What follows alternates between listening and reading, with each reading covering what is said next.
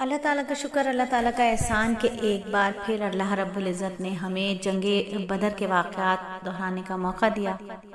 سیرت کی مستند کتابوں سے تاریخ کے مستند حوالوں کے ساتھ آپ کے ساتھ ہم نے شیئر کیا غزوہ بدر کو۔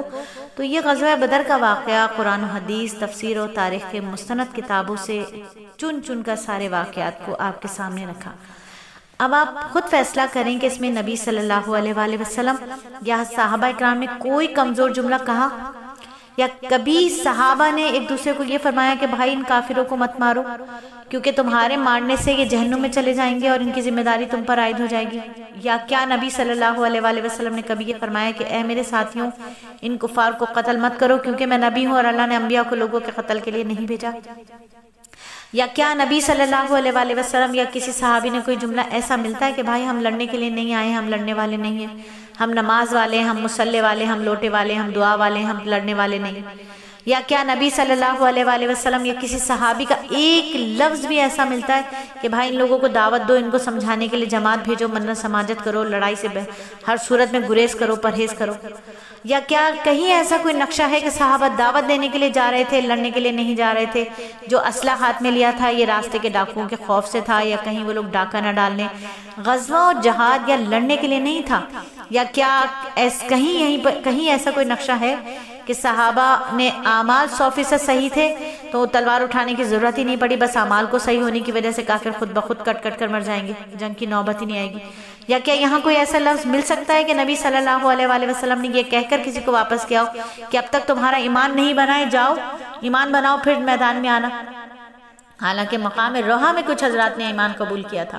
پھر آ کر بدر میں شریک ہوئے تھے۔ تو میرے بھائیوں، میری بہنوں، آپ نے دیکھ لیا کہ نبی صلی اللہ علیہ وآلہ وسلم کافروں کے مارنے کی ترغیب دے رہے ہیں، حملے کی فضیلت ثواب بیان کر رہے ہیں، شہادت کا رتبہ بتا رہے ہیں، فتح کی دعا مانگ رہے ہیں، فرشتے اترتے ہیں کفار کو مارنے میں مسلمانوں کے ساتھ شریک ہو کر لڑتے، اللہ تعالیٰ فتح کی خوشخبری دے رہے ہیں۔ نبی صلی اللہ علیہ وآلہ وسلم ایک ایک کافر کو قتل کرنے پر اللہ کا شکر ادا کر رہے ہیں، سجدہ شکر میں گر رہے ہیں، خود تلوار ہاتھ میں لے کر کفار کا تعاقب فرما رہے ہیں، جبرائیل و میکائیل اسلحے سے لیس ہو کر فرشتوں کے مسلح دستوں کے کمانڈ کر رہے ہیں۔ پھر فتح کے بعد نبی صلی اللہ علیہ وآلہ وسلم مدینہ منورہ کی طرف 2 خوشخبری سنانے والوں کو روانہ فرما رہے ہیں، وہ جا کر کفار کے قتل و ہلاکت اور مسلمانوں کی فتح کی بشارت دے رہے ہیں، مسلمان خوشیاں منا رہے ہیں، منافقین سرنگو ہو کر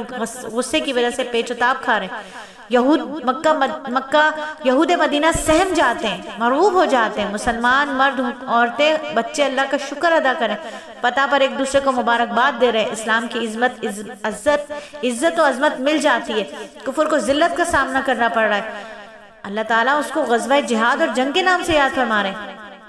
فرشتوں اس کو جنگ اور جہاد کہتے ہیں، مسلمان اس کو حق و باطل کی مقدس جنگ کے نام سے یاد کرتے ہیں، اہل تاریخ و تشریح نے اس کو غزوہ جہاد جنگ کے عنوان سے یاد کیا۔ اگر یہ سب کچھ ہے اور یقیناً ایسا ہی ہے تو پھر ہمارے کچھ بھائی جو ہیں اس نقشے کو ناپسند کیوں کرتے ہیں، اس کو کیوں چھپاتے ہیں، اس کے تذکرے سے کیوں کتراتے ہیں، کھل کر اس کو کیوں نہیں بیان کرتے، اس کے بیان کرنے والوں کو کیوں ناپسند کرتے ہیں، اس کو سننے کے لیے تیار کیوں نہیں ہوتے، ان کے الفاظ میں ہیر پھیر ہوتی ہے، کبھی کبھی نقشہ تبدیل کرنے کے لیے کیوں کوشش کرتے ہیں، خطرناک جملے کیوں استعمال کرتے ہیں کہ یہ بتاؤ بدر میں جنگ سے کتنے مسلمان ہو گئے لوگ، یا یہ کہ نبی صلی اللہ علیہ وآلہ وسلم کا طریقہ نہیں تھا، کیا یہ نیک عمل نہیں ہے، کیا یہ سنت نہیں ہے؟ یہ وہ سنت ہے جو مردہ ہو چکی ہے، اس کو زندہ کرنے کی ضرورت ہے۔ اگر یہ سب کچھ واضح اور برموقع اور برمحل ہے تو پھر یاد رکھیے کہ جہاد میں دلچسپی لینے اور اس کو پسند کرنے اور اس کی ترغیب دینے کے بغیر ایمان مکمل نہیں ہو سکتا۔ جہاد عظمت والا راستہ ہے، عظمت والا راستہ، اسلام کو اونچا اور کفر کو نیچا دکھانا ہے، جہاد ہمارا دین ہے، ہم مسلمان ہیں، ہم پر اللہ تعالیٰ نے عبادت دین کے ساتھ ساتھ حمایت دین کا فریضہ بھی عائد کیا۔ کھلے دل سے جہاد کی آیتوں کو پڑھنا چاہیے، سمجھنا چاہیے، قرآن میں جہاد کے مضامین کا مطالعہ کرنا چاہیے، جہاد کے رسائل جرائد میں دلچسپی لینا چاہیے، جہاد مجاہدین کو دل و جان سے پسند ہے اور مجاہدین کو بھی ہمیں پسند کرنا چاہیے کہ ان کے لیے دعائیں کرنی چاہیے، ان کے لیے پوری امت کو فکر کرنی چاہیے، ان کا درد پیدا ہونا چاہیے۔ کشمیر، بوسنیا، تاجکستان، صومالیہ، فلسطین، دیگر ممالک کے مظلوم مسلمانوں کے لیے قلبی اور ذہنی فکری ہمدردی کا جذبہ دل میں پیدا کرنا چاہیے۔ جب تک زندگی ہو تو غازی اور مجاہد کی زندگی گزارنے کی کوشش کرنا چاہیے، اور جب موت آئے تو شہادت کی موت کی تمنا کرنا چاہیے۔ اللہ تعالی ہم سب کو دین اسلام کا پکا شیدائی اور اس کا پکا سچا سپاہی بنا دے۔ اللہ تعالی تمام مظلوم اور گرفتار مسلمانوں کی نصرت فرمائے۔ اللہ تعالی